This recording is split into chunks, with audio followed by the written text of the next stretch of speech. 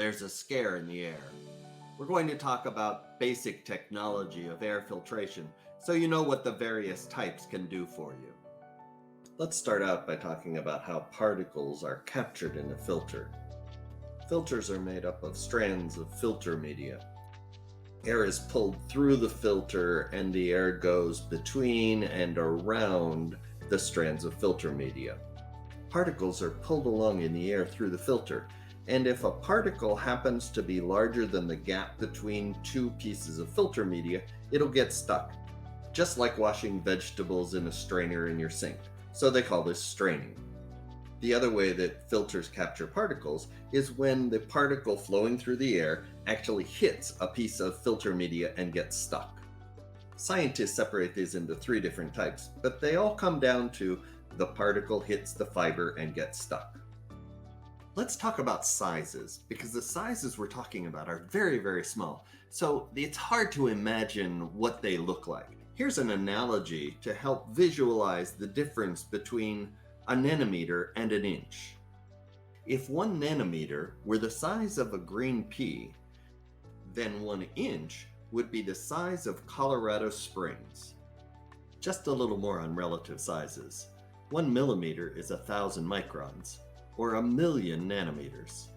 1 inch is 25.4 millimeters, or 25,400 microns, or 25,400,000 nanometers.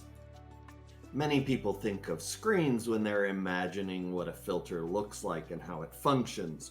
With a screen, you've got uniform spaces between all of the fibers.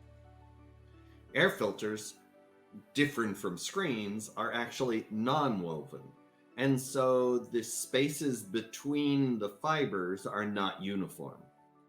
Filters are rated based upon the percentage of particles larger than 0.3 microns that are captured. Filters used in HVAC systems use what's called the MERV scale. Filters that are designated MERV 1 through 12 are designed to protect the HVAC equipment by keeping detritus and large, very large particles like leaves out of the HVAC system so that the fans and other equipment are not damaged. By increasing the amount of fibers used in creating the filter, you're able to reduce the size of the space between the fibers. That enables the filter to capture more of the particles that are larger than 0.3 microns. A MERV 13 filter will capture up to 75% of particles larger than 0.3 micron. Adding more fibers, creating smaller spaces between fibers, increasing the complexity of the airflow will enable you to create a MERV 14 filter, which will stop between 75 and 84% of those particles. A MERV 15 filter will stop between 85% and 94% of those particles. MERV 16 is also known as a HEPA-fast filter.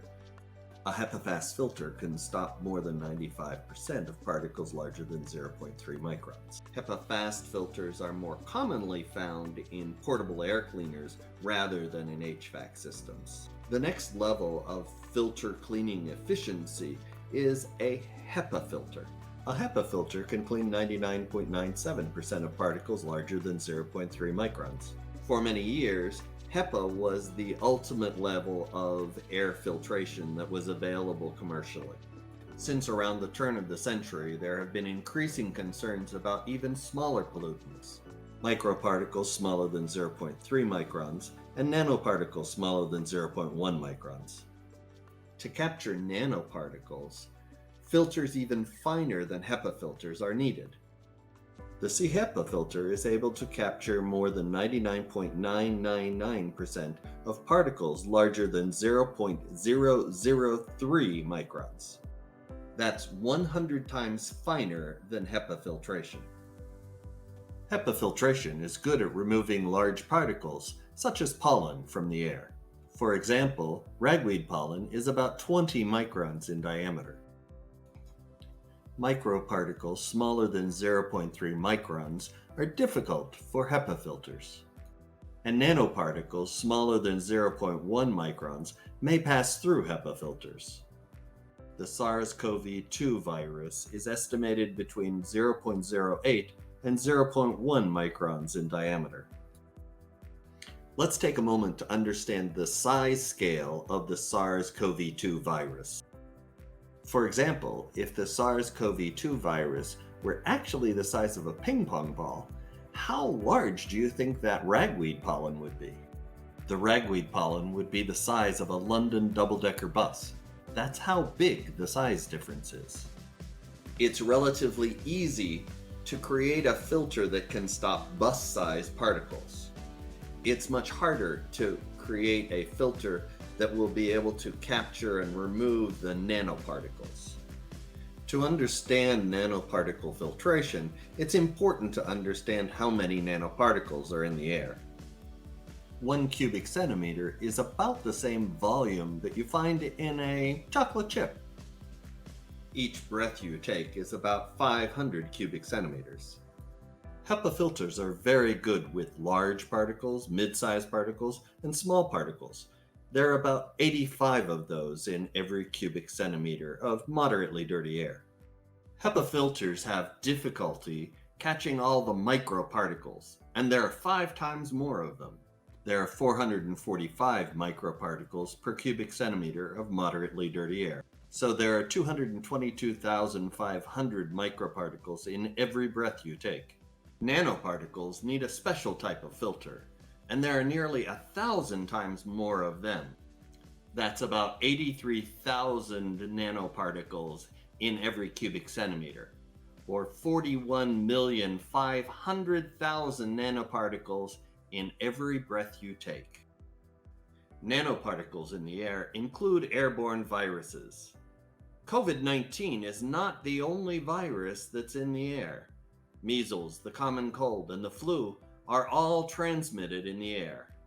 The measles virus is 0.12 to 0.25 microns in diameter. SARS-CoV-2 is 0.08 to 0.1 microns. Influenza virus is about the same size. The rhinovirus is 0.03 microns in diameter. That's the common cold virus.